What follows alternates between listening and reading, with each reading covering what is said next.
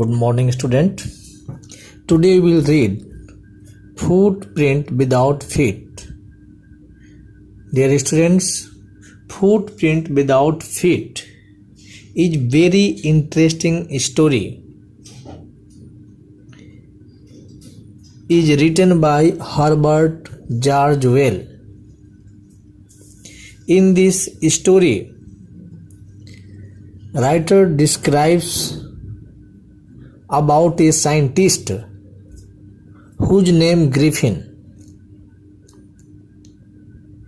Once Griffin had discovered a rare formula of invisibility. ये कहानी एक साइंटिस्ट जिसका नाम ग्रिफिन है उसकी है। कहा जाता है कि एक बार उसने अदृश्य होने का फार्मूला खोज कर लिया। इसके बाद क्या होता है?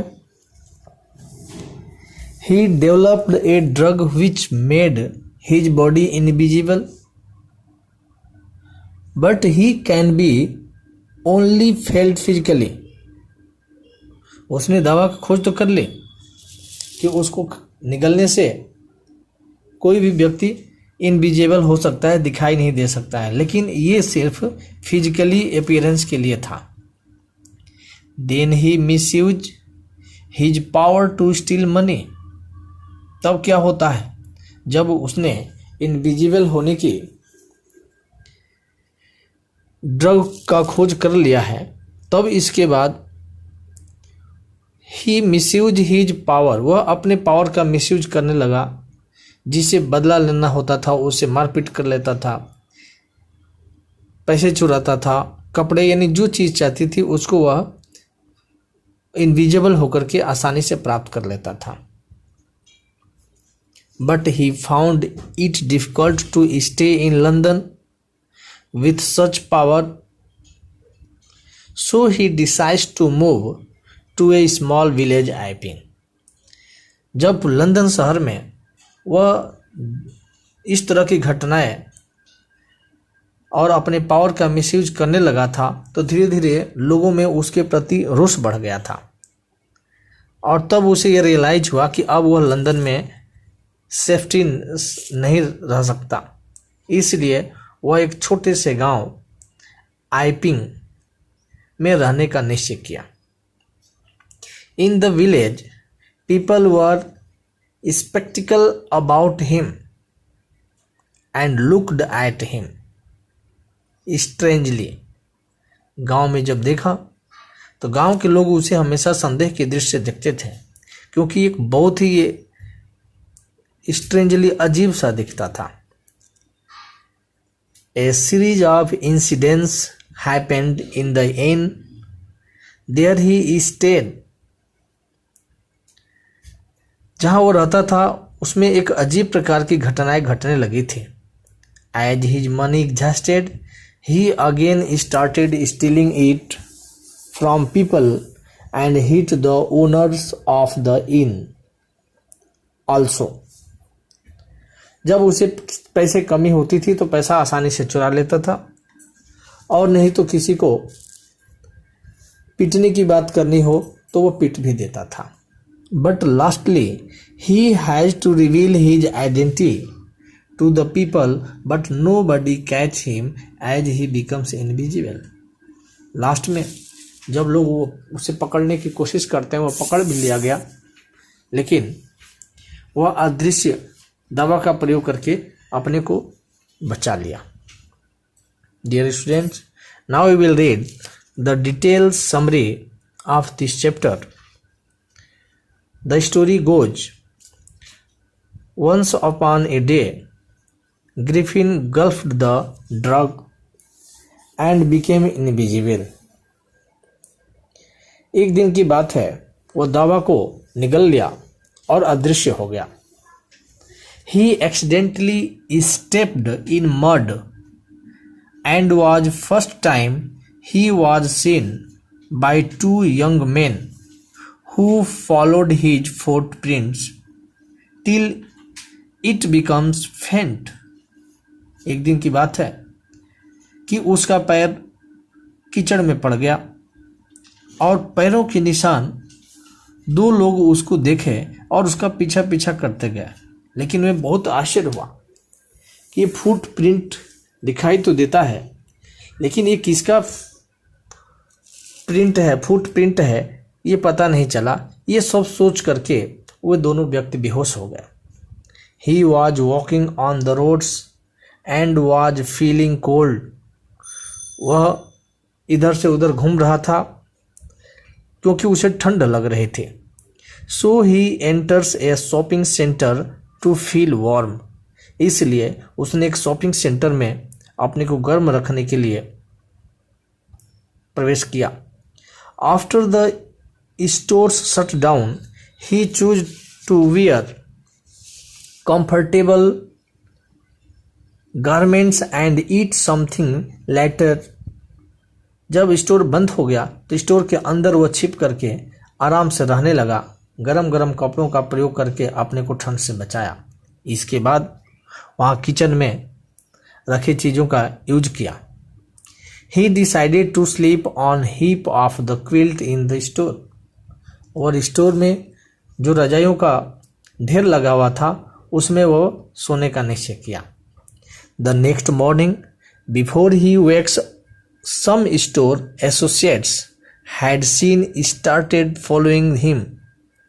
जब सुबह मॉर्निंग देखा गया कि इसमें कुछ हलचल से होने लगी तो कुछ लोग उसके पीछे पीछे दौड़े। He removed all the clothes instantly and become invisible once again। वह जो कुछ भी स्टोर में कपड़े को पहना हुआ था वह धीरे धीरे कपड़ों को उतारता गया और फिर आगे चल करके अदृश्य हो गया, इनविजिबल हो गया। Now he is wandering without clothes in the chilly winters of the London. अब बिना कपड़े का वह ठंड के मौसम में लंदन के गलियों में घूमता रहा। He then decided to take clothes from a theatre company. तब उसने एक थिएटर कंपनी से कपड़ों को लेने का निश्चय किया। As he was sure he will get something there to cover his face too। और उसे विश्वास भी था कि थिएटर में जाएंगे तो चेहरा ढकने के लिए कोई कपड़ा भी मिल जाएगा। He had stolen dull glasses, bogus nose and a hat and some bondage from the covering his face। वहाँ पर उसने कपड़ों को लिया, बोगस नोज और डल ग्लास भी लिया और बंडेज भी लिया जिससे अपने फेस को वह ढक सकता है, वो पट्टी से बांध लिया। Then he goes to a shopkeeper's place and stole all his money. फिर ये करने के बाद स्टोर कीपर के पास गया और उसके पैसों को चुरा लिया। Soon he realise London is quite a busy place to live like this. So he thought of moving to the Iping village. इसलिए वो आइपिंग विलेज में जाने का निश्चय किया। He booked 2 room in a hotel in the village and reached there. It is quite unusual for the villagers that an outsider with such a peculiar appearance has come to stay at a hotel through out the winter. उधर गांव में ये चर्चा थी कि बहुत ही अजीब सा दिखने वाला व्यक्ति इस होटल में रुक रहा है और पूरे विंटर के सीजन में इस होटल में रुकेगा। After some times his money exhausted. कुछ दिनों बाद उसका पैसा खत्म हो गया। After some times his money exhausted and he started stealing from people furthermore. और फिर वो लोगों को लुटना शुरू किया। He hit the owner and his wife when they attempt to check his room in his absence। एक दिन की बात है, वह अपने कमरे में नहीं था। जब वह देखा कि कमरे का मालिक और उसकी पत्नी दोनों उसके अनुपस्थिति में उसके रूम में सर्च कर रहे थे, ढूंढ रहे थे। As they cannot see anyone, the owner thought there were spirits in the inn and the unusual guest is responsible for it। जब देखेंगे कमरे में तो कोई था नहीं, लेकिन कमरे में उठती हुई टोपों को देख करके और कुछ ऐसी चीज़ों को देख करके ऐसा लगता है कि इसमें कोई ऐसी अजीब आत्मा रहती है जो कि इस तरह की घटनाओं को अंजाम देती है, and unusual quest to responsible for it. At that point, the town constable is requested to inquire. इसके बाद पुलिस थाने में रिपोर्ट दर्ज कराई और कांस्टेबल से इस सब मामले की खोज करने की कोशिश की. In regard to what his identity is and what did he her furnishing, ये उसके पहचान के लिए ये पता करने लगा कि उसकी क्या पहचान है और वह क्या क्या काम करता है. This made annoyed and decided to show his identity as a headless man. जब उसके बारे में तलाश किया जाने लगा, बार बार उसको डिस्टर्ब किया जाने लगा, तो अंत में वह गुस्से में आकर के अपना परिचय दिखाया. किस तरह से दिखता है? As a headless man. जब उसने अपनी कैप हटा ली तो क्या देखता है कि कैसा आदमी जिसके सिर पर कोई हेड ही नहीं, मतलब हेड ही नहीं है, उसका सिर दिखाई नहीं दे रहा है. They cannot catch hold of the Griffin as he takes off all he the garments and becomes invisible. और धीरे धीरे गिफिन अपने कपड़ों को उतार लेता है और फिर इनविजिबल हो जाता है और कोई भी व्यक्ति उसे पकड़ नहीं पाता है. At last, dear students, I want to say that the story tells us the human nature of misusing their own discoveries. So, we should have some attentions to the help of the humanity.